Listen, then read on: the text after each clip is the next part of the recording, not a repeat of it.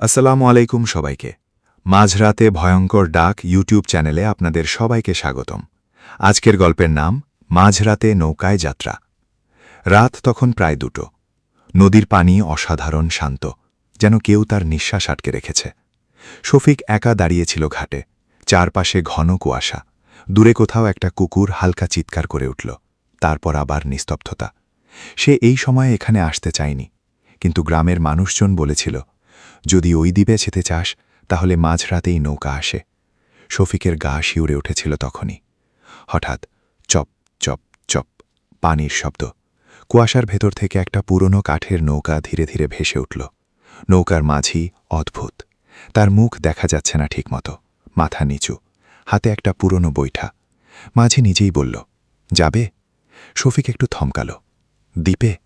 মাঝি ধীরে মাথা নাড়ল। ওঠো। যাত্রা শুরু। নৌকাটা ছেড়ে দিল। পানির উপর দিয়ে নৌকা এগোচ্ছে, কিন্তু অদ্ভুত ব্যাপার, কোনো ঢেউ নেই, কোনো শব্দ নেই, শুধু বৈঠার ছলাত ছলাত। শফিক হঠাৎ খেয়াল করল নৌকায় সে একা না, আরও 3জন বসে আছে, কিন্তু তারা একদম চুপ, কেউ কথা বলছে না, কারো চোখে কোনো নড়াচড়া নেই। একজনের মুখ ফ্যাকাশে, আরেকজনের গলায় দাগ, যেন কিছু দিয়ে চেপে ধরা হয়েছিল। শফিক গলা শুকিয়ে গেল। আপনারা কোথায় যাচ্ছেন? কেউ উত্তর দিল না। কুয়াশার ভেতর নৌকা যত সামনে যাচ্ছে কুয়াশা তত ঘন হচ্ছে। হঠাৎ শফিক শুনতে পেল কেউ ফিসফিস করছে, ফিরে যা। সে চারপাশে তাকালো, কেউ নেই। আবার শব্দ, ফিরে যা, এখনো সময় আছে। শফিক এবার মাঝির দিকে তাকালো। আপনি কিছু বললেন?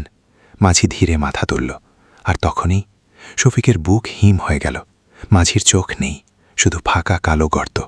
মাঝি ফিসফিস করে বলল, এখন আর কেউ ফিরে যায় না। অদ্ভুত সত্য।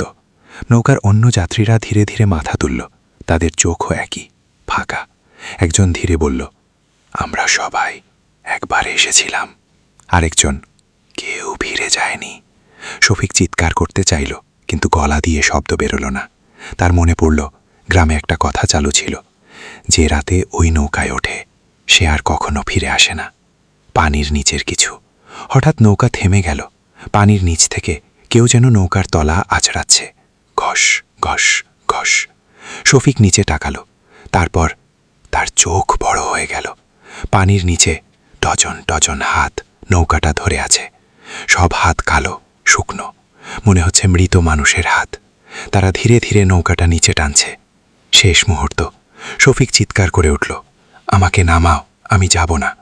মাঝি ঠান্ডা গলায় বলল, তুমি নিজেই উঠেছিলে। তারপর সে ফিসফিস করে বলল, এটা যাত্রা নয়, এটা ফেরত যাওয়ার পথ। হঠাৎ নৌকাটা কেঁপে উঠল। একটা হাত উঠে এসে শফিকের পা ধরে ফেলল, আরেকটা তার হাত। সে লড়াই করল, চিৎকার করল, কিন্তু একে একে সব হাত তাকে টেনে নিচে নিয়ে গেল। পানির ভেতরে অন্ধকার, শীতল, আর অসংখ্য কণ্ঠ একসাথে বলছে, স্বাগতম। পরদিন ভোরে গ্রামের লোকজন ঘাটে এসে দেখে ঘাট ফাঁকা, শুধু ভেজা মাটিতে পায়ের ছাপ, যা নদীর দিকে গেছে, কিন্তু ফিরে আসেনি।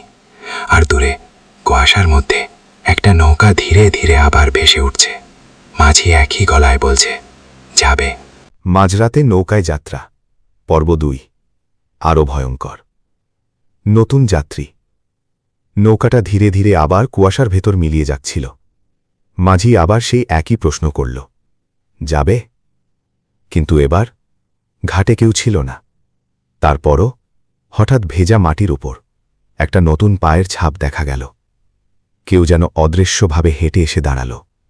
নৌকার ভেতরের যাত্রীরা একসাথে মাথা ঘুরিয়ে তাকালো ঘাটের দিকে। তাদের ফাঁকা চোখগুলো যেন কিছু দেখছে। মাঝি হালকা হেসে বলল, আসছে। গ্রামের ভেতরের গুজব। এরপর কয়েকদিন কেটে গেল। গ্রামের মানুষ লক্ষ্য করল, প্রতিদিন রাত 2টোর পর কারো না কারো বাড়ির দরজার সামনে ভেজা পায়ের ছাপ দেখা যাচ্ছে। কিন্তু অদ্ভুত ব্যাপার, সেই পায়ের ছাপ সবসময় নদীর দিক থেকে আসে, আর শেষ হয় দরজার সামনে। কিন্তু ভেতরে ঢোকার কোনো চিহ্ন নেই। শফিকের বাড়ি। শফিকের মা কাঁদতে কাঁদতে অসুস্থ হয়ে পড়েছে। প্রতিদিন রাতেই সে দরজার সামনে দাঁড়িয়ে থাকে। এক রাতে ঠক ঠক ঠক, দরজায় শব্দ। তার মা দৌড়ে দরজা খুলে দিল।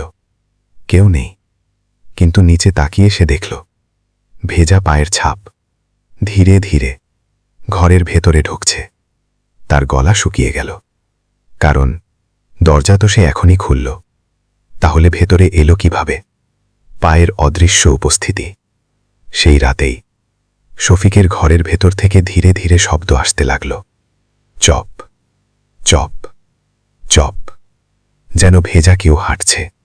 তার মা ভয়ে কাঁপতে কাঁপতে দরজার কাছে গেল। দরজা আধ খোলা, ভেতরে অন্ধকার। সে ধীরে বলল, শফিক। কোনো উত্তর নেই। হঠাৎ ঘরের ভেতর থেকে খুব ধীরে একটা কণ্ঠ শোনা গেল, মা। কিন্তু গলাটা পুরোপুরি শফিকের না, যেন একসাথে অনেকগুলো গলা মিশে গেছে। ভেতরের দৃশ্য। সে দরজা ঠেলে খুলল, আর সাথে সাথে তার শরীর জমে গেল। ঘরের মেঝেতে পানি, আর সেই পানির উপর দাঁড়িয়ে শফিক। কিন্তু তার চোখ নেই, মুখ ফ্যাকাশে, আর তার পেছনে দাঁড়িয়ে আছে আরো অনেক মানুষ। সবাই ভেজা, সবাই চুপ। অস্বাভাবিক সত্য। শফিক ধীরে বলল, মা, আমি একা না। তারপর একসাথে অনেকগুলো গলা, আমরা এসেছি। ঘরের ভেতরের পানি ধীরে ধীরে বাড়তে লাগল, মেঝে থেকে হাঁটু, তারপর কোমর পর্যন্ত। তার মা চিৎকার করে বের হতে চাইল, কিন্তু দরজা বন্ধ। বাইরে থেকে কেউ যেন চেপে ধরে রেখেছে। নদীর সংযোগ। সেই রাতের পর গ্রামের কয়েকজন মানুষ হারিয়ে গেল, সবাই একইভাবে। শেষবার দেখা গেছে রাতের দিকে, আর তাদের বাড়ির সামনে পাওয়া গেছে ভেজা পায়ের ছাপ। নৌকার আসল কাজ।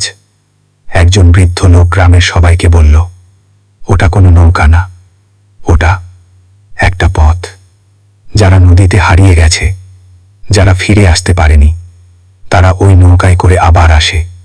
কেউ জিজ্ঞেস করল, কেন আসে? বৃদ্ধ চুপ করে থেকে বলল, নতুন কাউকে নিতে। শেষ রহস্য। এক রাতে গ্রামের কয়েকজন সাহস করে ঘাটে গেল। ঠিক রাত 2টো। কুয়াশা নামল। তারপর চপ চপ, নৌকা এলো। মাঝি বলল, যাবে। তারা কেউ উঠল না। তখন নৌকার ভেতর থেকে একটা হাত বের হলো, তারপর আর একটা, তারপর ডজন ডজন হাত।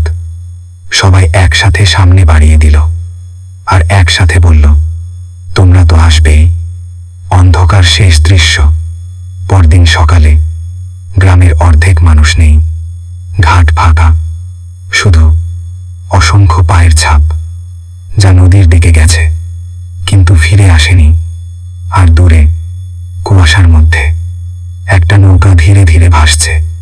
এবার মাঝি একা না, তার পাশে দাঁড়িয়ে শফিক। সে একইভাবে বলছে, যাবে। মাঝরাতে নৌকায় যাত্রা। পর্ব 3। আরো পরের অংশ। অদৃশ্য টান। শফিক এখন আর আগের শফিক নেই। সে ঘাটে দাঁড়িয়ে থাকে প্রতিদিন, ঠিক রাত 2টোয়। তার চোখ এখন সেই একই, ফাঁকা, কিন্তু ভেতরে কিছু যেন কাজ করছে। সে মাঝে মাঝে নিজের মাথা চেপে ধরে, ফিস ফিস করে বলে, না, আমি যেতে চাই না। তারপর হঠাৎ থেমে যায়। মুখে ধীরে একটা অদ্ভুত হাসি আসে। সবাইকে আনতে হবে। নদীর গভীরের ডাক। গ্রামের পাশের নদীটা বদলে যেতে শুরু করল। দিনের বেলায় স্বাভাবিক, কিন্তু রাত হলেই পানির রং কালচে হয়ে যায়। আর মাঝরাতে যদি কেউ কাছে যায়, সে শুনতে পায় ডজন ডজন কণ্ঠ একসাথে ভেসভিস করছে, নিচে আয়, এখানে ঠান্ডা না, এখানে একা না। ব্রেইনে পাগল ছেলেটা। গ্রামের এক ছেলে, রবিন। সে একদিন সাহস করে রাতে নদীর কাছে গিয়েছিল। পরদিন সকালে তাকে পাওয়া গেল ঘাটে বসে, চোখ স্থির, মুখে ফ্যাকাশে হাসি। সে শুধু একটা কথাই বলছিল, নৌকার নিচে জায়গা আছে। লোকজন জিজ্ঞেস করল, কি দেখছিস? সে ধীরে বলল, ওরা নিচে থাকে না, নৌকার ভেতরে থাকে। নৌকার ভেতরের সত্য। সেই রাতেই একজন লোক লুকিয়ে নৌকার পিছু নিল। সে গাছের আড়ালে দাঁড়িয়ে দেখছিল। নৌকা এলো, কিছু মানুষ উঠল, তারপর নৌকাটা মাঝ নদীতে গিয়ে থেমে গেল।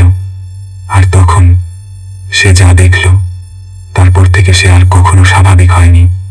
কারণ নৌকাটা ধীরে ধীরে ডুবতে শুরু করলো, কিন্তু যাত্রীরা চিৎকার করছিল না, বরং সবাই নিজে থেকেই নিচে নামছিল, যেন কেউ ডাকছে নিচ থেকে।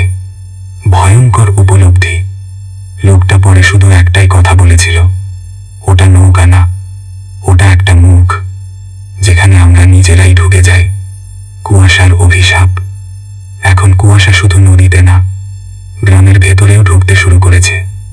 এক এক রাতে মানুষ ঘুম থেকে উঠে দেখে তার ঘরের ভেতর কুয়াশা, আর সেই কুয়াশার মধ্যে কেউ দাঁড়িয়ে আছে, চুপচাপ, ভেজা, অপেক্ষা করছে। দরজার ওপাশে এক রাতে একটা ছোট মেয়ে তার মাকে বলল, মা, দরজার বাইরে একটা কাকু দাঁড়িয়ে আছে। মা বলল, এই রাতে কেউ হাঁকে না মা। মেয়ে বলল, ও বলছে আমি ওকে চিনি। মা দরজা খুলল না, কিন্তু নিচে তাকিয়ে দেখল ভেজা পায়ের ছাপ। আইসে শফিকের পরিবর্তন। শফিক এখন মাঝে মাঝে কথা বলে, কিন্তু সে একা না, তার মুখ দিয়ে অনেকগুলো গন্ধ বের হয়। আজ রাতে 3 জন আসবে, ওই বাড়ি থেকে একজন। ও এখনো ঘুমায়নি। গ্রামের মানুষ বুঝতে পারল শফিক এখন ওদের একজন। ফায়ার শেষ প্রতিরোধ। গ্রামের কিছু মানুষ সিদ্ধান্ত নিল আজ রাতেই সব শেষ করবে। তারা আগুন নিয়ে ঘাটে গেল। ঠিক রাত 2টো। কুয়াশা নামল, নৌকা এলো। মাঝি বলল, যাবে? তারা চিৎকার করে বলল, না, আজ তো শেষ। তারা নৌকায় আগুন লাগিয়ে দিল, কিন্তু নৌকা পড়ল না। আগুন নিভে গেল, যেন পানি থেকে আগুনকে কেউ টেনে নিচ্ছে। তারপর পানির নিচ থেকে হাজার হাত উঠে এলো, আর এক ঝটকায় সবাইকে টেনে নিচে নিয়ে গেল। অন্ধকার শেষের পরেও শেষ না। এখন সেই গ্রাম প্রায় ফাঁকা, কেউ আর থাকে না। কিন্তু কখনো কখনো পথচারীরা বলে, রাত 2টোর দিকে ওই নদীর পাশ দিয়ে গেলে একটা কণ্ঠ শোনা যায়, যাবে। আর যদি কেউ ভুল করে তাকায়, তাহলে সে দেখে নৌকার ভেতর দাঁড়িয়ে আছে শফিক, হাসছে, অপেক্ষা করছে। শেষ লাইন, ভয়ঙ্কর টুইস্ট। লোকজন এখন একটা নতুন কথা বলে, আগে নৌকাটা মানুষ নিত, এখন মানুষই নৌকা হয়ে গেছে। মাঝরাতি নৌকায় যাত্রা, পর্ব 4, শেষ যাত্রা। গ্রামটা আর গ্রাম নেই। এখন সেই গ্রামের নাম কেউ ঠিকভাবে উচ্চারণও করে না। মানুষ বলে, এটা আর কোনো বসতি না, এটা একটা অপেক্ষার জায়গা। কারণ প্রতিদিন রাত 2টোর পর এখানে সময় যেন থেমে যায়। ঘড়ি চলে না, কুকুর ডাকে না, পাখি উড়ে না, শুধু থাকে নদীর শব্দ। আর একটাই প্রশ্ন, যাবে? শফিকের শেষ রূপ। নৌকার মাঝি এখন আর একা না, তার পাশে দাঁড়িয়ে আছে শফিক, কিন্তু এখন সে মানুষ না। তার গায়ের পানি কখনো শুকায় না, চোখে কোনো পলক পড়ে না। আর যখন সে কথা বলে, তখন মনে হয় নদী নিজেই কথা বলছে। সে ধীরে বলে, আজ শেষ রাত। মাঝি মাথা নাড়ল, শেষ না, শুধু নতুন শুরু। শেষ রাতের প্রস্তুতি। সেই রাতে নদীটা অস্বাভাবিকভাবে শান্ত ছিল। একটাও ঢেউ নেই, কিন্তু পানির নিচে কিছু যেন নড়ছে, অনেক কিছু। গ্রামের শেষ কয়েকজন মানুষ ঘাটে এসে দাঁড়ালো। তারা জানে আজ না থামালে সব শেষ হয়ে যাবে। তাদের একজন বলল, আগুন না, আজ সত্যটা জানতে হবে। নৌকার সত্য মুখ। ঠিক রাত 2টো। কুয়াশা নেমে এলো, নৌকা এলো, কিন্তু এবার নৌকাটা আলাদা, কাঠের না, এটা যেন জৈব কিছু। নড়ছে, শ্বাস নিচ্ছে। তার গায়ে লেখা পুরনো ভাষায় কিছু চিহ্ন, যা দেখলে মনে হয় এটা নৌকা না, এটা একটা দরজা। মাঝির আসল রূপ। মাঝি ধীরে মাথা তুলল। এই প্রথম তার মুখ পুরো দেখা গেল, কিন্তু সেটা মুখ না, একটা অসীম গভীর ফাঁকা জায়গা, যেখানে আলো ঢুকে যায় কিন্তু বের হয় না। সে বলল, তোমরা যতবার পারাও ততবার ফিরে আসো। শফিকের চূড়ান্ত কথা। শফিক ধীরে সামনে এগিয়ে এলো। তার কণ্ঠ এবার খুব পরিষ্কার, কিন্তু ভয়ঙ্করভাবে শান্ত। সে বলল, আমরা কেউ মরিনি, আমরা শুধু জায়গা বদলেছি। তারপর থেমে গিয়ে বলল, এই নদী একটা স্মৃতি, আর আমরা সবাই ভুলে যাওয়া স্মৃতি। পানির নিচে সত্য। হঠাৎ পানির নিচ থেকে আলো উঠল। ধীরে ধীরে দেখা গেল, নদীর নিচে কোনো মাটি নেই, নেই কোনো গভীরতা, শুধু আছে অসংখ্য নৌকা, অসংখ্য মানুষ। সবাই এক একটা মুহূর্তে আটকে আছে। কারো মুখে ভয়, কারো মুখে হাসি। সবাই একটাই প্রশ্ন করছে, যাবে? বাস্তবতার ভাঙন। গ্রামের মানুষ বুঝতে পারল, এই নদী কোনো জায়গা না, এটা একটা চক্র, যেখানে কেউ একবার উঠলে সে আর সময়ের বাইরে যেতে পারে না। সে বারবার ফিরে আসে নতুন মানুষকে নিতে। শেষ সিদ্ধান্ত। শফিক হঠাৎ চিৎকার করে বলল, যদি কেউ এটা শেষ করতে চাও, তাহলে আমাকে শেষ করতে হবে। মাঝি হেসে বলল, তুমি তো আগেই শেষ। শেষ যাত্রা শুরু। হঠাৎ নৌকা নিজে নিজে চলতে শুরু করল। কোনো মাঝি নেই, কোনো নিয়ন্ত্রণ নেই, শুধু নদী আর অসংখ্য হাত পানির নিচ থেকে উঠে আসছে। গ্রামের বাকি মানুষরা দৌড়াতে চাইল, কিন্তু পারল না, কারণ তাদের পায়ের নিচে ইতিমধ্যেই পানি উঠে এসেছে। ক্লাইম্যাক্স। সব কিছু ধীরে ধীরে ডুবে যাচ্ছে। ঘর, রাস্তা, ঘাট সব নদীতে মিশে যাচ্ছে। আর মাঝখানে শফিক দাঁড়িয়ে আছে। সে এবার খুব শান্ত। শেষবারের মতো সে বলল, এখন সবাই থাকবে। তারপর ধীরে ধীরে পানিতে নেমে গেল। শেষ দৃশ্য। ভোর হলে গ্রামের জায়গায় আর গ্রাম নেই, শুধু নদী, আর মাঝখানে একটা নৌকা ভাসছে। কেউ নেই, কিন্তু যদি খুব মনোযোগ দিয়ে শোনা যায়, তাহলে পানির নিচ থেকে ভেসে আসে হাজার কণ্ঠ একসাথে বলছে, যাবে। শেষ সত্য।